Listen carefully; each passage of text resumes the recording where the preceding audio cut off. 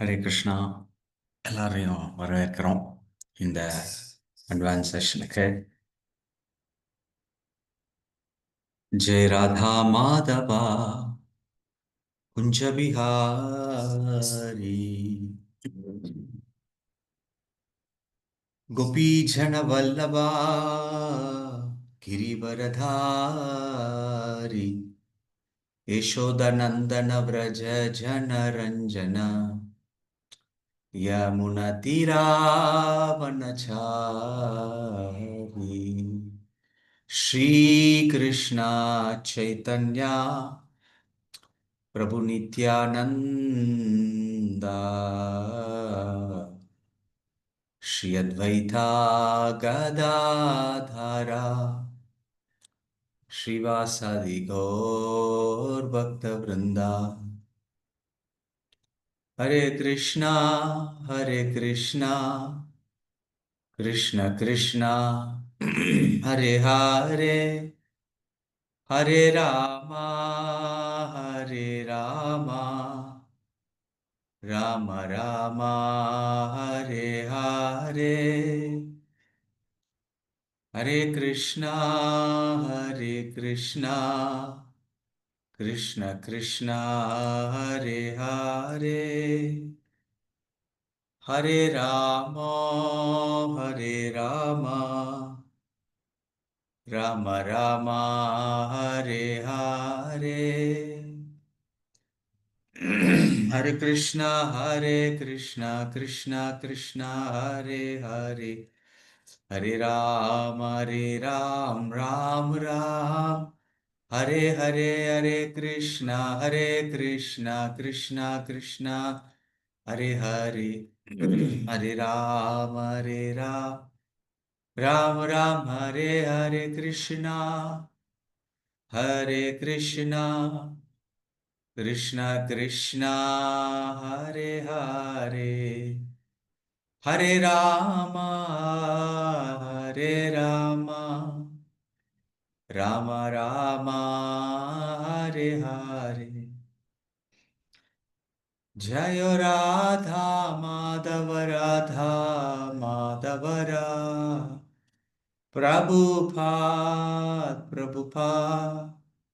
प्रभुपाद जय जय प्रभुपाद जय जय गुरुदेव जय जय गुरुदेव निताय गौर हरि बोल निताय गौर हरि बोल। श्री राधा माधव की कतरा श्रीमद् भगवत गीता की जगत गुरु शील प्रभुपाद की गौर प्रेमानंदे हरे कृष्णा। ஸோ எல்லாரையும் இந்த அட்வான்ஸ் செஷன் உங்களுக்கு வரவேற்கின்றோம். இன்றைய நம்மளுடைய 108 ஸ்லோகங்களுடைய வரிசையில் இன்னைக்கு நம்ம பார்க்கக்கூடியது இரண்டாவது ஸ்லோகம், இரண்டாவது அத்தியாயம் 40 ஸ்லோகம். ஓம் நமோ பகவதே வாசுதேவாய. ஓம் நமோ பகவதே வாசுதேவாய. ஓம் நமோ பகவதே வாசுதேவாய.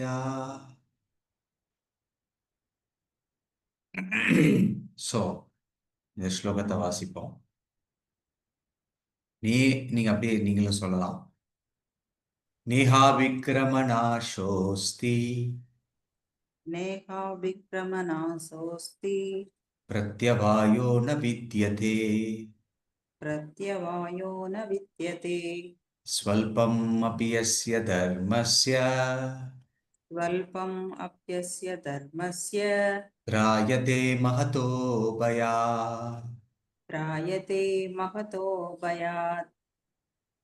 படிங்க மாதாஜி பொருள் வரை. ஹரே கிருஷ்ணா. இம்முயற்சியில் குறைவோ இழப்போ இல்லை. இவ்வழியில் சிறிது முன்னேற்றமும் மிக பயங்கரமான பயத்திலிருந்து ஒருவனை காக்கும். பொருளுரை: கிருஷ்ண உணர்வில் செயல்படுதல், அதாவது புலனுணர்ச்சியின் எதிர்பார்ப்புகளின்றி கிருஷ்ணரின் நலனுக்காக செயலாற்றுதல் என்பது செயலின் மிக உயர்ந்த தெய்வீக குணமாகும். இது போன்ற செயலின் ஒரு சிறு ஆரம்பம் கூட எந்த தடையையும் காண்பதில்லை. அந்த சிறு ஆரம்பம் என் நிலையிலும் இழக்கப்படுவதும் இல்லை. பௌதிக தளத்தில் தொடங்கப்பட்ட செயல் முடிவு பெற்றாக வேண்டும். இல்லையேல் அனைத்து முயற்சியும் வீணாகிவிடும் விடுகிறது. ஆனால் கிருஷ்ண உணர்வில் தொடங்கப்பட்ட எல்லா செயல்களும் முடிவு பெறாவிடினும் கூட நிரந்தர பலனை கொடுக்கும். எனவே கிருஷ்ண உணர்வில் செய்யப்படும் செயல் முற்று பெறாவிடினும் அதை செயலாற்றுபவருக்கு எவ்வித இழப்பும் இல்லை. கிருஷ்ண உணர்வில் 1% செயல்பட்டாலும் நிரந்தர விளைவு உண்டு. நீங்கள் மீண்டும் 2% தொடங்கலாம். ஆனால் ஜட செயல்களிலோ 100% வெற்றி இல்லாவிடில் ஓர் லாபமும் இல்லை. அஜாமிளன் தன் கடமையை கிருஷ்ண உணர்வில் சிறு அளவே செய்தான். எனினும் பகவானின் கருணையால் இறுதியில் 100% பலனை அடைந்தான். இது சம்பந்தமாக ஸ்ரீமத் பாகவதத்தில் நல்ல ஸ்லோகம் ஒன்று இருக்கிறது. த்யக்த்வா ஸ்வதர்மம் சரணாம்புஜம் ஹரேர் பஜன் அபக்வோ தபதேத் ததோ யதி யத்ர க்வபாத்ரம் அபூத் அமுஷ்யகிம் கோவார்த்த ஆப்தோ பஜதாம் ஸ்வதர்மதக. தன்னுடைய கடமைகளை விட்டுவிட்டு கிருஷ்ண உணர்வில் செயல்படத் தொடங்கியவன் தனது செயலை சரிவர முடிக்காமல் வீழ்ச்சியடைந்தாலும் அவனுக்கு என்ன நஷ்டம்? ஜட செயல்களை நன்றாக செய்பவன் அதில் என்ன பலனை அடைய முடியும்? அல்லது கிறிஸ்துவர் கூறுவது போல் தனது நித்திய ஆத்மாவை இழப்பவன் இவ்வுலகம் முழுவதையும் பெறுவதன் பலன் என்ன? ஜட செயல்களும் வினைகளும் உடலுடன் முடிந்து போகின்றன. ஆனால் கிருஷ்ண உணர்வில் செய்யப்படும் செயல்கள் உடலை விட்ட பின்னும் ஒருவனை மீண்டும் பக்திக்கு கொண்டு வருகின்றன. உயர்வு பெற மற்றொரு வாய்ப்பாக குறைந்தபட்சம் சிறந்த பண்பாடுடைய அந்தணர் குடும்பத்திலோ செல்வம் நிறைந்த குடும்பத்திலோ பிறக்கும் வாய்ப்பு ஒருவனுக்கு நிச்சயம். கிருஷ்ண உணர்வில் செய்யப்படும் செயல்களின் தன்னிகரற்ற தன்மை இதுவே. ஹரே கிருஷ்ணா.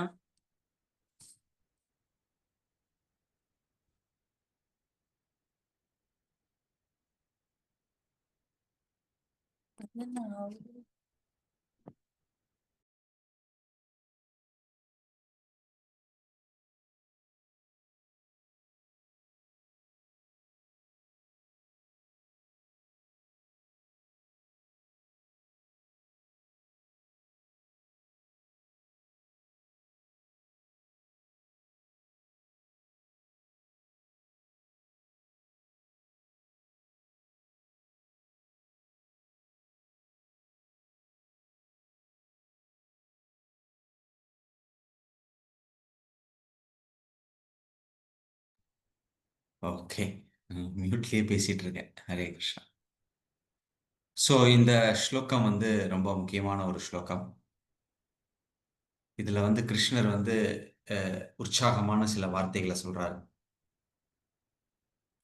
எப்படி நாம் கிருஷ்ண உணர்வில் செய்யக்கூடிய செயல்கள் வெற்றிதான். அது வந்து முழுமையாக நிவர்த்தி ஆகலைன்னாலும் அது வந்து வெற்றியில தான் முடியும் அப்படின்னு சொல்லி கிருஷ்ணர் வந்து இந்த ஸ்லோகத்தில் சொல்றார். நீஹா விக்ரம நாசோஸ்தி ந பிரத்யவாயோ ந வித்யதே ஸ்வல்பம் அபி யஸ்ய தர்மஸ்ய த்ராயதே மகதோ பயா. இது வந்து இதுவரைக்கும் கிருஷ்ணர் வந்து நம்ம வந்து கடைசி சில நாட்களாக ஆத்மாவின் தன்மைகளை பத்தி பார்த்துருந்தோம். இப்போ வந்து நம்ம அடுத்த செக்ஷனுக்கு போறோம், 2வது அத்தியாயத்துல. ஸோ அதில் வந்து இங்க கிருஷ்ணர் வந்து எப்படி ஆன்மீக தளத்துல நமக்கு செய்யக்கூடிய காரியங்கள் வந்து எந்த ஒரு இழப்புமே இல்லை அப்படின்னு. நமக்கு ஆரம்பத்துல பார்த்தோம் எப்படி அர்ஜுனர் வந்து குழப்பம் அடைஞ்சிருந்தார் அப்படின்னு. ஸோ நேற்று வந்து நாங்க இந்த புது பேட்ச் ஆரம்பிச்சோம், நவம்பர் மாதம் பேட்ச்சு. ஸோ அந்த பேட்சில் வந்து முதல் அத்தியாயம், அதில் வந்து எப்படி அர்ஜுனன் வந்து மன அழுத்தத்தோட இருந்தாரு அப்படின்னு உங்களுக்கு எல்லாம் ஞாபகம் இருக்கும். முதல் அத்தியாயத்துல அர்ஜுன விஷாத யோகம் அப்படின்னா மன அழுத்தத்தால் தாக்கப்பட்ட அர்ஜுனனுடைய மனப்பாங்கு. கொண்ட யோகம் அப்படின்னு அது தலைப்பு. எத்தனை பேருக்கு ஞாபகம் இருக்குன்னு தெரியல. ஸோ இப்படி பேசிட்டு இருக்கும் போது அர்ஜுனர் வந்து நான் ஏன் வந்து உறவினர்கள் எல்லாம் கொல்லணும் அப்படின்னு சொல்லி அவர் தயங்கி போர் புரிய மாட்டேன்னு சொல்ற ஒரு முடிவுக்கு வர்றார். இப்படி பேசிட்டு இருக்கும்போது ரொம்ப பேர் அதுலயே சொன்னாங்க, எங்களுக்கும் இந்த மாதிரியான விஷயங்கள்ல வந்து நாங்க மனத்தளர்வடைகிறோம் அப்படின்னு. ஸோ இப்படி இந்த பகவத்கீதா வந்து சாதாரணமா எல்லாரும் என்ன நினைச்சிருக்காங்கன்னா, இது அர்ஜுனனுக்கு கொடுக்கப்பட்டதுங்க. இது மேபி அவர் தான், நமக்கு ஒன்றும் தேவையில்லை அப்படின்னு நம்ம நினைக்கிறோம். ஆக்சுவலா வந்து ஒவ்வொரு நிமிஷத்திலும் நம்ம வந்து போராட்டத்துல தான் இருக்கோம் இல்லைங்களா? ம் ஒன்னா நம்ம மனசுகிட்ட, இல்ல புலன்கள் கிட்ட, இல்ல நம்மளுடைய நண்பர்கள், உறவினர்கள், எதிரிகள், போராட்டம் தான். ம் அப்படி இருக்கக்கூடிய இந்த சமயத்துல வந்து கிருஷ்ணர் வந்து சொல்றாரு, நீ வந்து பக்தியை தொடங்கினால், இந்த கிருஷ்ண உணர்வை நீ தொடங்கி அதுல எந்த ஒரு இழப்புமே கிடையாது. அது வந்து முழுமையாக அது வந்து முடிக்கவில்லைனாலும் அதுல எந்த ஒரு இழப்பும் கிடையாது அப்படின்னு சொல்லி இங்க வந்து கிருஷ்ணர் இந்த அர்த்தத்தை சொல்றார் இந்த ஸ்லோகத்துல. ஆனா பௌதீகத்திற்கு அந்த மாதிரி கிடையாதுங்க. ஏன்னா இப்போ நீங்க எந்த ஒரு பௌதீக செயலும் செய்தாலும், அது நீங்க ஒரு வியாபாரமா இருந்தாலும் சரி, ஒரு படிப்பா இருந்தாலும் சரி, இல்ல எந்த செயல் செய்தாலும், நீங்க வந்து ஏதாவது கத்துக்க போறீங்க, கலை சம்பந்தமாகவோ இல்ல ஏதாவது ஒண்ணு விஷயம் முழுமையாக கத்துக்கிட்டு நீங்க முடிச்சாதான் அது முழுமையா அது வந்து பக்குவம் அடையும் இல்லையா? சோ இப்படி பௌதீக செயல்கள் 100% நாம் செய்தால் மட்டுமே அது வெற்றி அடையும். இல்லைன்னா அதுக்கு எந்த ஒரு லாபமும் கிடையாது இல்லைங்களா? இப்போ ஒருத்தர் சொல்றாரு, உங்க வியாபாரம் எல்லாம் எப்படி இருக்குங்கன்னு கேக்குறாங்க. ரொம்ப நல்லா இருக்குங்க, எல்லாம் ரொம்ப பேர் வர்றாங்க, எல்லாம் அற்புதமா போகுதுங்க. ஆனா என்ன, ஒண்ணே ஒண்ணுதாங்க பிரச்சனை. என்ன பிரச்சனை அப்படின்னா, என்ன வியாபாரம் நஷ்டத்துல போகுதுங்க. அதுதான் அதுதாங்க பிரச்சனையே. ஆனா எல்லாம் நல்லா இருக்குன்னு சொல்றீங்க. சோ அப்படி பௌதீக செயல்கள் என்றால் அது வந்து முழுமையா வந்து முடிக்கணும். அப்பதான் அது வந்து வெற்றி அடையும்.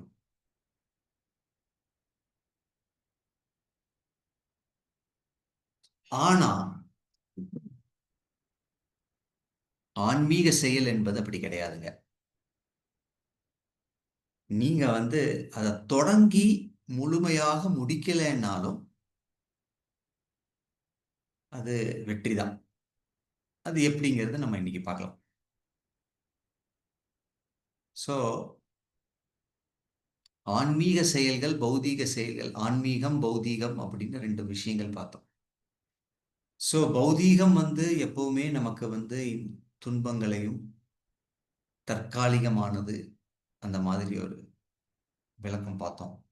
அதே சமயத்துல ஆன்மீகம் என்பது நிரந்தரமானது, இன்பத்தை கொடுக்கக்கூடியது அப்படின்னு. சோ இங்க பிரபுபாத் பொருளுரையில் எழுதுறாரு, கிருஷ்ண உணர்வில் நாம் செய்யக்கூடிய எல்லா செயல்களும் அதி உன்னதமான செயல்கள் கருதப்படுகின்றது. ஏன்னா அது வந்து வாழ்க்கையில நமக்கு பக்குவத்தை கொடுக்கும் அப்படின்னு நீங்க கொடுத்துருக்கு. அத வந்து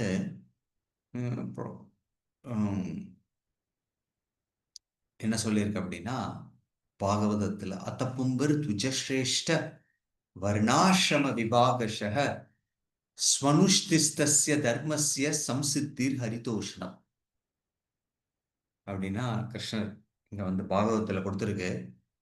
நம்மளுடைய கடமைகள், வர்ணாசிரம நிலைமுறைகள்ல நம்மளுடைய செயல்கள் எல்லாமே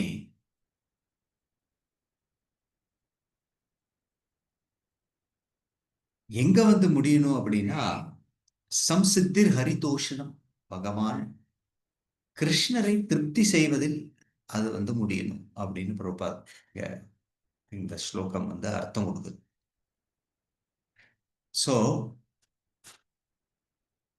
அப்படி நம்ம வந்து பகவான திருப்தி செஞ்சுட்டோம் அப்படின்னா நம்ம செயல் வந்து வெற்றிங்க. ஆனா வெளிப்புறமா அது தோல்வியாக நமக்கு தெரியலாம், ஆனா அது வெற்றி. இப்போ உதாரணத்துக்கு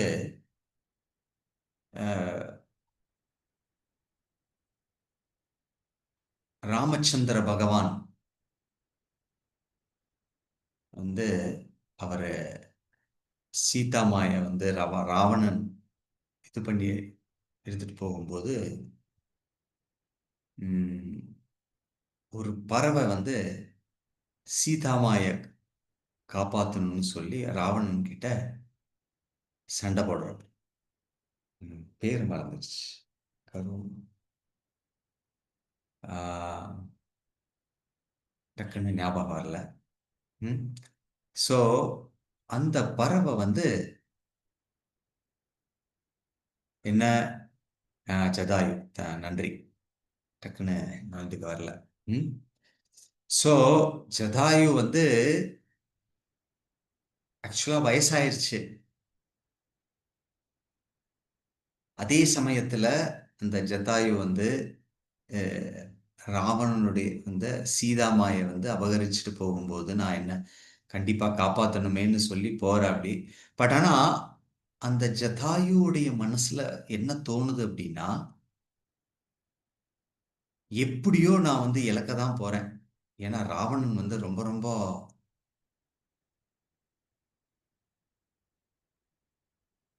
பலசாலி.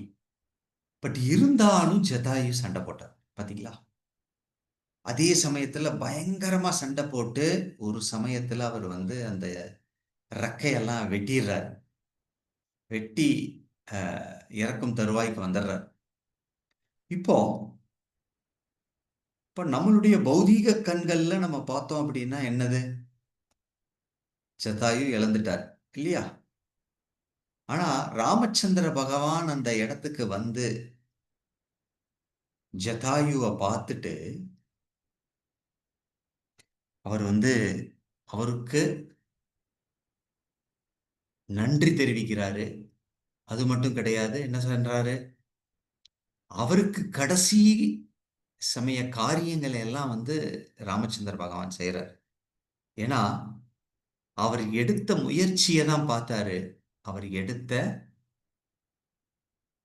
வெற்றி தோல்வியை பார்க்கவில்லை. இதுதாங்க கிருஷ்ண உணர்வு. ஸோ பகவான் வந்து நம்ம வந்து என்னெல்லாம் நமக்கு அவருக்காக செய்யறோங்கிறது தான் ரொம்ப முக்கியம். சதா என்ன சொல்லப்படுது அப்படின்னா, நம்ம வந்து ஒரு அடி எடுத்து வைத்தால் பகவான் கிருஷ்ணர் வந்து பல அடி எடுத்து வைப்பார் அப்படின்னு கேட்டிருக்கோம் இல்லையா.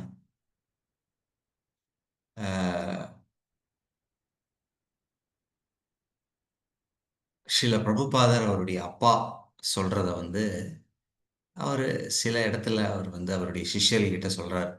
எங்க அப்பா சொன்னாரு, கிருஷ்ணர் வந்து எடுக்கும்போது நம்மளோட 2 கையில இருந்து எடுப்பார். எப்படின்னா 10 கையை வச்சு எடுப்பார்.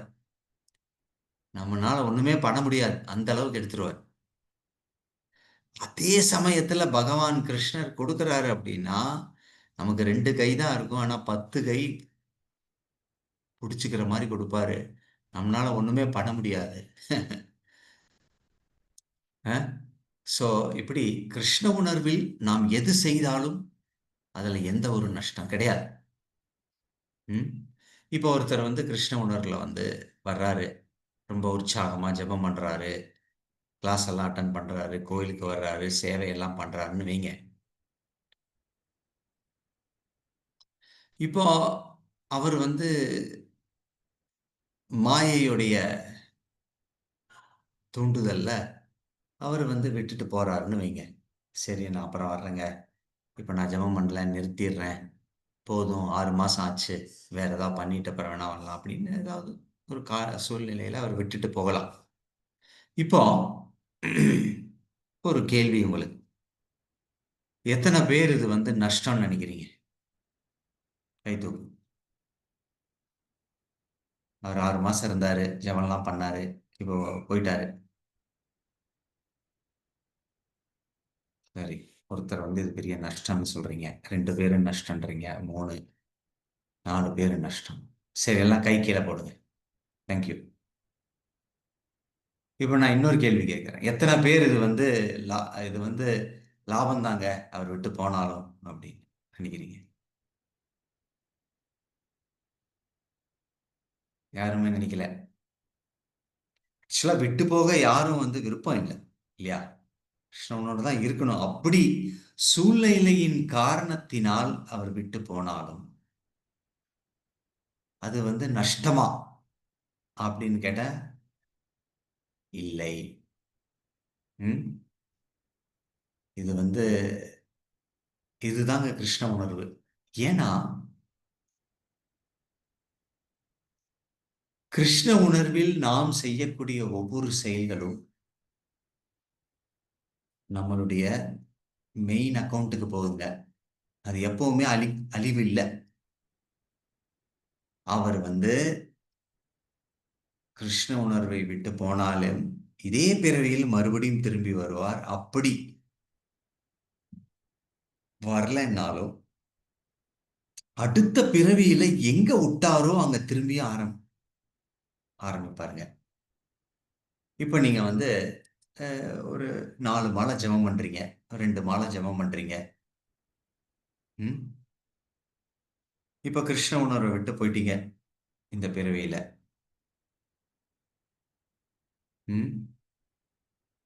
நீங்க வந்து அஹ், விட்டு போயிட்டாலும் என்ன ஆகுது? இழப்பு கிடையாது. இப்ப அடுத்த பிறவியில மறுபடியும் அந்த பக்தர் வந்து இன்னொரு பக்தரை சந்திக்கிறாருன்னு வைங்க. அவர் திரும்பியும் கிருஷ்ண உணர்வை எடுத்து உடனடியாக 4 மாலை ஜபம் ஆரம்பிச்சு 5 மாலைக்கு போயிடுவார். புரிஞ்சுதுங்களா? இப்படிதான் கிருஷ்ண உணர்வு தொடர்ச்சி அடையும். ஸோ ஸோ நம்ம வந்து இங்க வந்து ஒரு அற்புதமான ஸ்லோகம் நம்ம படிச்சோம். தியக்த்வா ஸ்வதர்மம் சரணாம்புஜம் ஹரே பஜன் அபக்வோ இதி பதே ததோ யதி எத்திர க்வா பத்ரம் விபுத்ய கிம். ஸோ என்ன சொல்லப்படுது அப்படின்னா, ஒருத்தர் வந்து எல்லா அவர் பண்ணிட்டு இருந்த முதல்ல செஞ்ச செயலை எல்லாம் நிறுத்திட்டு கிருஷ்ண உணர்வுக்கு வர்றாரு. கிருஷ்ணாவுக்கு சரணாகதி அடைந்து வெற்றிகரமாக கிருஷ்ண பக்தியில் தெளிவடைந்து மேல் நோக்கி செல்றாங்க. ஆனா சரணாகதி அடைந்த பிறகு அவர் வந்து மாயையுடைய காரணத்தினால் அவர் வந்து ஒரு சின்ன இடைவெளி விடுறாருன்னு வைங்க.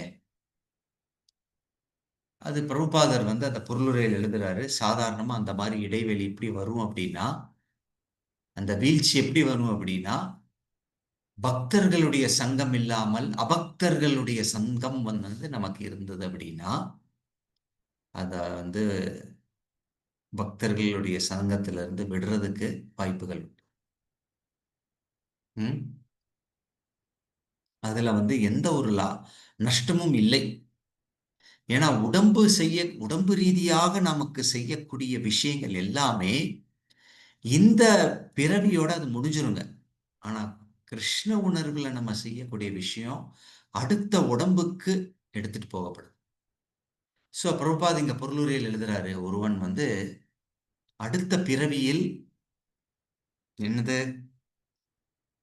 அவர் செய்த நல்ல இந்த கிருஷ்ண உணர்வின் காரணத்தினால்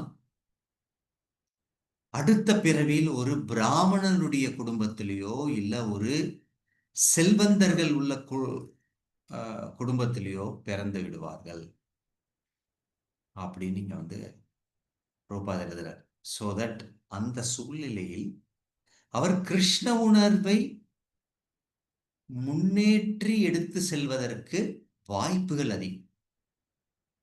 பட் அதை வந்து அவர் தப்பாக உபயோகிச்சு அவர் எடுக்காமலையும் இருக்கலாம் இல்லையா? அது இருக்கலாம். ஏன்னா அப்ப வந்து பணம் செல்வம்லாம் வந்ததுன்னா கர்வம் வந்துடும். நான் எதுக்கு ஆன்மீகத்துக்கு வரணும்னு சொல்லலாம். பட் ஆனா வந்து சூழ்நிலை சாதகமாக இருக்கும். எப்போ நம்ம வந்து கிருஷ்ண பக்தியில நம்ம வந்து இந்த பிறவியிலேயே நல்லா நம்ம பண்ணாலும் என்ன சொல்லப்படுது அப்படின்னா, நமக்கு வந்து இழப்பில்லை. அடுத்த பிறவியில் இது தொடர்ச்சியா அதுக்கான சூழ்நிலைகளை கிருஷ்ணர் நமக்கு உருவாக்க. இப்போ இங்க வந்து பிரபுபாதர் அஜாமிலனுடைய உதாரணத்தை பொருளுரையில் எழுதுறார். அஜாமிலன் வந்து ஒரு பிராமணனாக முழுமையான உணர்வுடன் விஷ்ணுவுக்கு வழிபாடு செய்து எல்லாம் பண்ணிட்டு இருந்தார். ஒரு நாள் அவர் வந்து காட்டுக்கு சென்று பூமாலைகள்லாம் எடுக்க போகும்போது ஒரு தப்பான ஒரு பெண்மணி, ஒரு ஆண் பெண் ஆக்சுவலா வந்து அவங்க உறவு வச்சிட்டு இருக்கிறத பார்த்து அவர் மனம் கலங்கி அவர் என்ன ஆகுறாரு, வீழ்ச்சி அடைகிறார். இப்படிதான் சொன்ன இல்லைங்களா, தப்பான அசோசியேஷன் நமக்கு வந்தது அப்படின்னா கிருஷ்ண உணர்வுல இருந்து இடைவெளி விட்டு போறதுக்கு வாய்ப்புகள். ஸோ அப்ப என்ன பண்ணாரு, விஷ்ணுவுக்கு செய்த வழிபாடுகளை எல்லாம் நிறுத்தி அந்த விபச்சாரியினுக்கு பின்னாடி போக ஆரம்பிச்சார். இப்படி அவர் போக மெல்ல மெல்லமாக போய் அவருடைய எல்லா பிராமணருடைய குணங்களை எல்லாம் இழந்து என்னெல்லாம் செய்யக்கூடாதோ எல்லாத்தையும் செய்ய ஆரம்பிச்சார். அப்படின்னா என்ன? அப்ப நம்ம நினைக்கலாம், ஓ அவர் இத்தனை நாள் விஷ்ணுவை வழிபட்டதெல்லாம் வேஸ்டா போச்சே அப்படின்னு நீங்க நினைக்கலாம். இல்லைங்க, இப்படி அந்த விபச்சாரிய வந்து கல்யாணம் பண்ணி ஒரு குழந்தை 2 குழந்தைன்னு 10 குழந்தைகளை பெற்றுக்கிறார். ஆனா என்ன பண்ணாரு, முன்னாடி பண்ண கிருஷ்ண உணர்வு எப்படிங்க நஷ்டமாகும்? ஏதோ ஒரு காரணத்துல அவருக்கு மனசுல வந்து ஒரு தோணல், தன்னுடைய 10வது குழந்தைய பேர் வைக்கும்போது மற்றவங்களுக்காக ஏதோ பேர் வச்சாரு. நான் 10வது குழந்தைக்கு என்ன பேர் வச்சாருங்க? யாருக்கா தெரியுமா என்ன பேர் வச்சாரு? என்ன பேருனா நாராயணா அப்படின்னு பேர் வச்சாரு அஜாமலனுடைய பையனுக்கு. அப்போ இவர் எல்லா தப்பு காரியத்தையும் செஞ்சு கொண்டு இருக்காரு.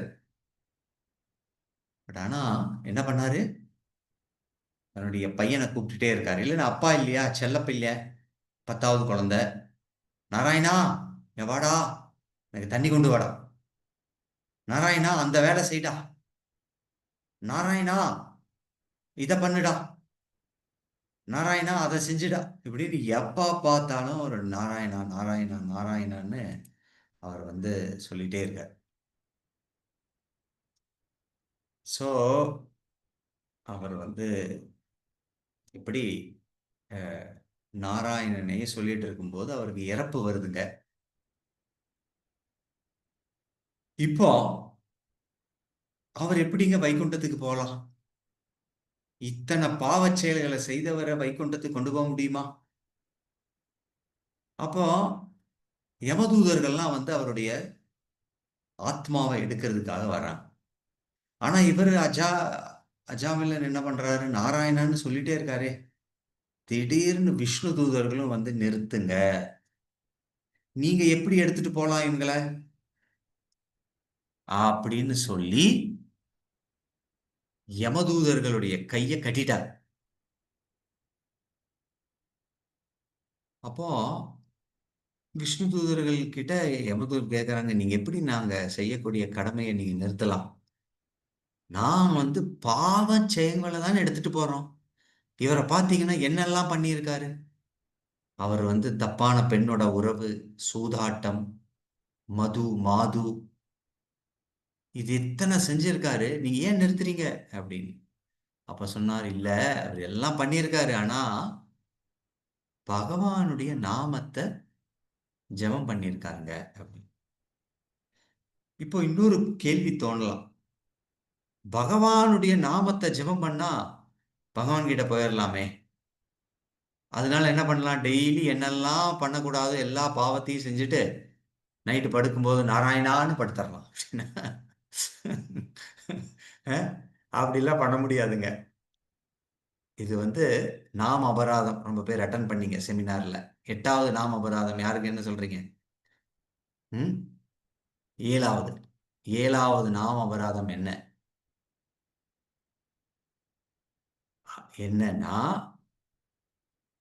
நாம ஜெபம் செஞ்சுட்டு அந்த நாம ஜெபம் வந்து என்னுடைய பாவத்தை அழிக்கும் அப்படின்னு பாவம் பண்ணிட்டு அந்த நாமத்தை ஜெபிக்கிறது. அப்புறம் திரும்பியும் பாவம் பண்ணிட்டு நாமத்தை ஜெபிக்கிறது. இது வந்து அபராதம். இப்படி செய்யக்கூடாது. நாம் நான் பலாத் எஸ்ய பாப்ப புத்தி அப்படின்னு கொடுத்துருக்குங்க. ஸோ இந்த அஜாமிலன் வந்து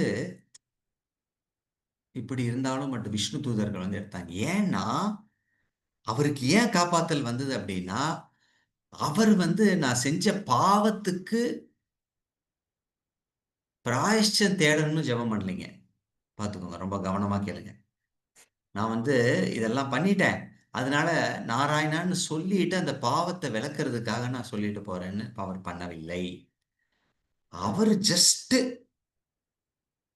நாம ஆபாச நிலையில் அபராதம் இல்லாமல் தன்னுடைய பையனை கூப்பிட்டார்.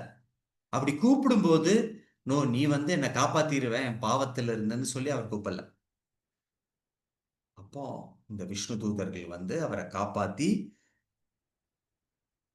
என்ன பண்றாங்க? அஜாமிலனுக்கு 2வது ஒரு வாய்ப்பை கொடுக்குறாங்க. அவர் அதே மாதிரி இந்த விஷ்ணு தூதர்கள் வாய்ப்பை கொடுத்து விஷ்ணு தூதர்களும் போயிடுறாங்க, யமதூதர்களும் போயிடுறாங்க. அப்ப இவர் பார்த்தாரு, ஓஹா நல்ல வாய்ப்பு எனக்கு கிடைச்சது.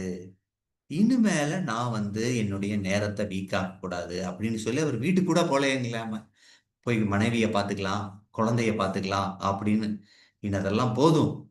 ஆன்மீகத்துல வந்து முதிர்ச்சி அடைந்து வெற்றி அடைவதற்கு நாம் என்ன செய்யணும்னு சொல்லி அங்கிருந்து வந்து ஹரித்வாருக்கு போய் அவர் இருந்த இடம் வந்து கனௌஜ் அப்படின்னு உத்தரப்பிரதேசத்துல இருந்த இடமா. ஸோ அவர் வந்து அங்கிருந்து ஹரித்வாரம் போய் ஹரித்வார்ல இருந்து பகவானுடைய நாமத்தை ஜெபம் பண்ணி வைகுண்ட விமானத்துல ஏறி வைகுண்டத்துக்கு போனார். பார்த்துக்கோங்க எப்படி. அவர் வீழ்ச்சி அடைந்தாலும் அதில் அவருக்கு தோல்வி இல்லை. மறுபடியும் கிருஷ்ண பக்தியை தொடர்ச்சி செய்து கிருஷ்ணரை அடைவதற்கான வாய்ப்பு கிடைச்சது.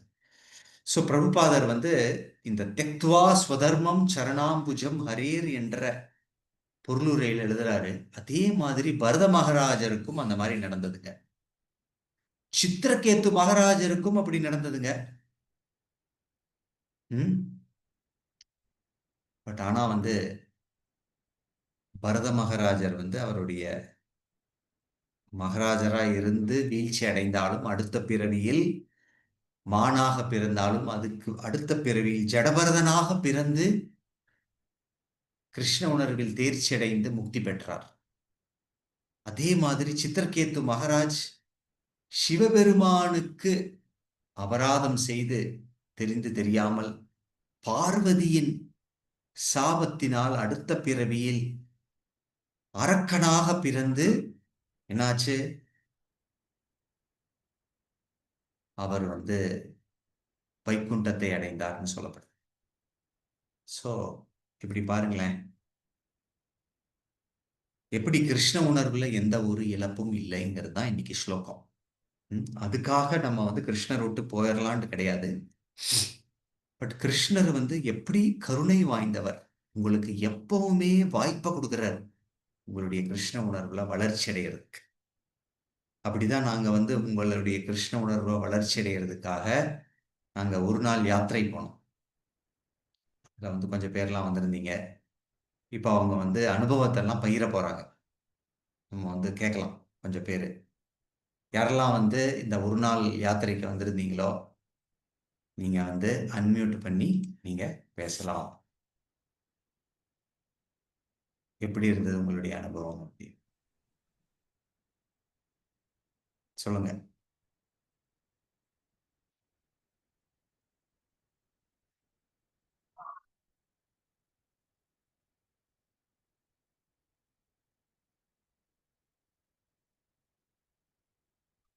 அன்மியூட் பண்ணி பேசலாம். உமாராணி, சுமதி, வேற யாரு? எனக்கு பேர் ஞாபகம் இல்லையே டக்குன்னு. பல பேர் வந்திருந்தீங்க. இருக்கீங்களா?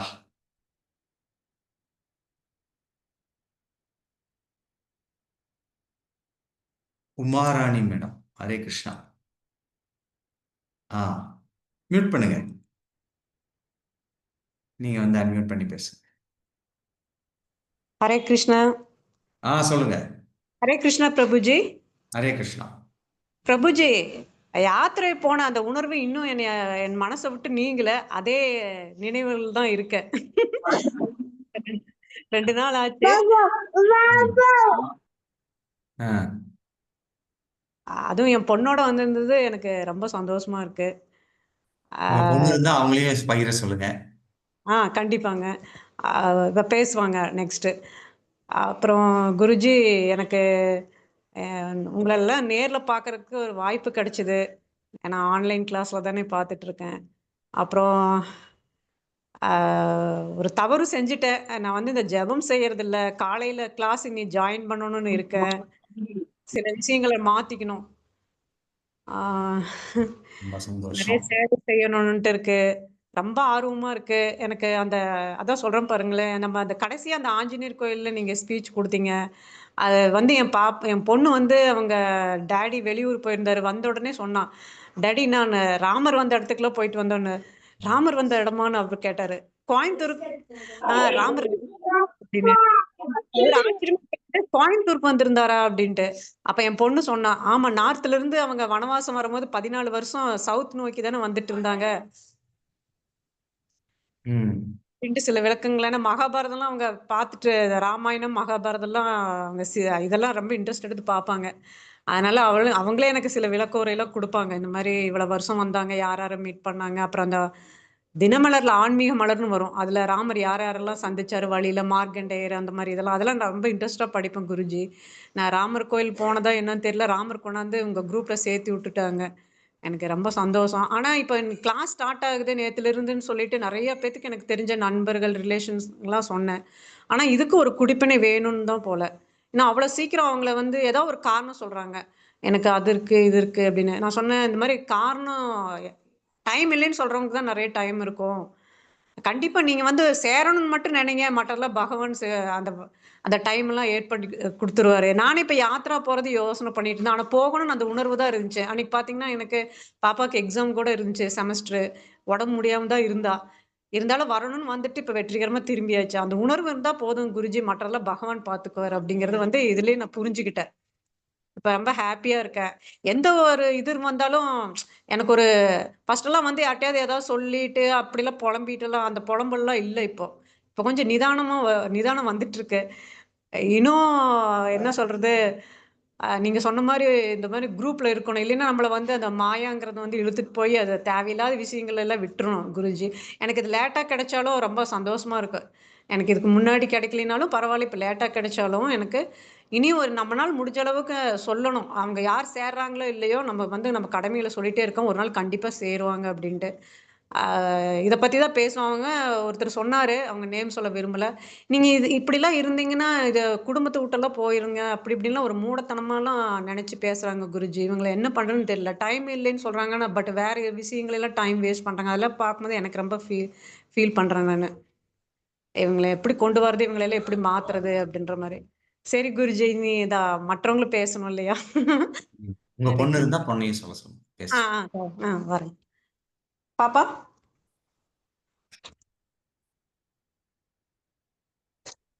Hare Krishna, Prabhuji. Hare Krishna. Prabhuji, Yatra was so good. Spiritual knowledge is something that everyone must gain. So, of course, இது வந்துட்டு 40s 50sல தெரிஞ்சுக்க வேண்டிய விஷயம் கிடையாது. சின்னதுல இருந்து தெரிஞ்சுக்கிட்டா it's so good, I think. So, Yatra was really so good and divine. எனக்கு அதுதான் அன்னைக்கு சொன்னதுதான். Every positive words come under this Yatra. அவ்வளவுதான் Guruji. Okay, thank you very much. Wonderful Hare experience share பண்ண. Thank you very much. Hare Krishna. Okay, வேற யாராவது வந்தவங்க? வேற யாரு எனக்கு இன்னும் டக்குன்னு ஞாபகம் வரலையே. வந்தவங்க யாராவது இருக்கீங்களா? ஹரே கிருஷ்ணா பிரபு, நான் சுமதி பேசுறேன் பிரபு. சொல்லுங்க மாதாஜி. ரொம்ப நல்லா இருந்துச்சு யாத்ரா. அன்னைக்கு ஒரு நாள் வந்து போனதே தெரியல. காரமடையில நல்லா இருந்தது. அப்புறம் தென் திருப்பதி, ஆஞ்சநேயர் கோயில் எல்லாமே தரிசனம் ரொம்ப நல்லா இருந்தது பிரபு. அப்புறம் உங்களுடைய ஸ்பீச் எல்லாம் ரொம்ப நல்லா இருந்துச்சு. அதனால கண்டிப்பா எல்லாரும் வாங்க சத் சங்கத்துக்கு. அந்த டேவே நமக்கு இன்னும் அதே நினைவு தான் பிரபு இருக்கு. வேற எதுவுமே இன்னும் அன்னைக்கு சண்டே போயிட்டு வந்தது எல்லாம் இன்னும் அப்படியே மனசுல இருக்குது. ரொம்ப நல்லா இருக்குது பிரபு. ஹரே கிருஷ்ணா பிரபு. எல்லாரும் வாங்க யாத்திராக்கெல்லாம். ஹரே கிருஷ்ணா. தேங்க்யூ மாதாஜி. தேங்க்யூ. ஹரே நன்றி, மிகவும் நன்றி. ஓகே, ஹரே கிருஷ்ணா. அப்புறம் ஐ திங்க் இவங்க வந்திருந்தாங்களே, ஷைலஜான்னு ஒரு மேடம் வந்திருந்தாங்க. அவங்க இருக்கீங்களா நீங்க? இருக்கிறேன் பிரபு. ஹரே கிருஷ்ணா பிரபு. சொல்லுங்க. எல்லா கோயில்லையும் நம்ம பஜனை பண்ணணும். அது ஒரு புது அனுபவம். ரொம்ப சந்தோஷமா இருந்தது. ஒவ்வொரு டிவோட்டி வெளியிருந்து வந்த டிவோட்டிஸும் கூட அப்படியே கீழே விழுந்து நம்மளை கும்பிட்டாங்க. அது வந்து ரொம்பவே சந்தோஷமா இருந்தது. நம்ம அந்த அளவுக்கு பெரிய ஆளுகளும் ஒன்றும் கிடையாது. ஆனா அவ்வளோ சந்தோஷமா இருந்து அனுபவிச்சிரும். ஒரு நாள் ஃபுல்லா வீட்டை எல்லாத்தையும் மறந்து பகவான்கிட்டே இருந்த மாதிரி இருந்தது. அப்புறம் இந்த ஆஞ்சநேயர் கோயிலும் ரொம்பவே நாங்க அனுபவிச்சோம். உங்க ஸ்பீச்சும் கேட்டு அந்த பஜனைக்கும் அதுக்கு சொல்றதுக்கு வார்த்தையே தெரியல எனக்கு. ஆனா டிவோட்டிஸ் கூட போறது ரொம்ப சந்தோஷமான அனுபவம். இந்த வாய்ப்பு நீங்க கொடுத்ததுக்கு ரொம்ப சந்தோஷம் பிரபு. எல்லாருக்குமே மாதாஜி கூட வந்த மாதாஜிக்கும் பிரபுஜிக்கெல்லாம் நன்றி. Hare Krishna Prabhu. Hare Krishna. Thank you very much. Nivetha அவங்க இருக்காங்களா? இல்லை, அவங்க ஜாயின் பண்ணலன்னு நினைக்கிறேன். எனிவே, அவங்க டைம் ஆச்சு. ஸோ இப்படி எல்லாரும் வந்திருந்தீங்க. இனிமேல் அடிக்கடி நம்ம வந்து இந்த மாதிரி யாத்திரைகள்லாம் வைப்போம். இந்த மாதிரி வாய்ப்புகள்லாம் வரும்போது எல்லாரும் கலந்துக்கிட்டு அந்த சத் சங்கத்துடைய, ஏன்னா ஆன்லைனில் மட்டும் இருந்துடக்கூடாது. நீங்கள் ஆன்லைனில் மட்டும்தான் நான் இருப்பேன், அதுக்கு மேலே ஒன்றும் இல்லை அப்படின்னா உங்களுக்கு வந்து அந்த முழு பலன் கிடைக்காது, கிருஷ்ண உணர்வுடைய முழு பலன்.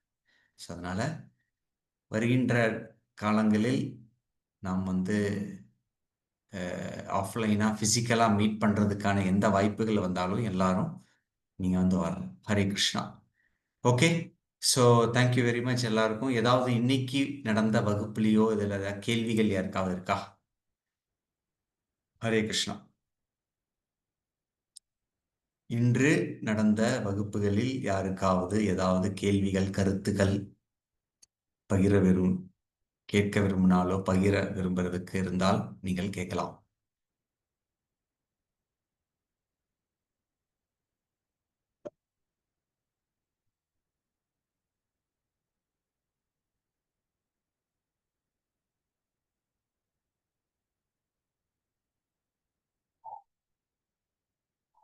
எதுவும் இல்லை யாருக்கும். Okay, thank you very much. எல்லாருக்கும் மிகவும் நன்றி கலந்துக்கிட்டதுக்கு. நாம் மறுபடியும் காலையில் 4:30 மணிக்கு நம்மளுடைய காலை நிகழ்ச்சியில் சந்திப்போம். ஹரே கிருஷ்ணா ஹரே கிருஷ்ணா கிருஷ்ண கிருஷ்ணா ஹரே ஹரே, ஹரே ராம ராம ராம ஹரே ஹரே.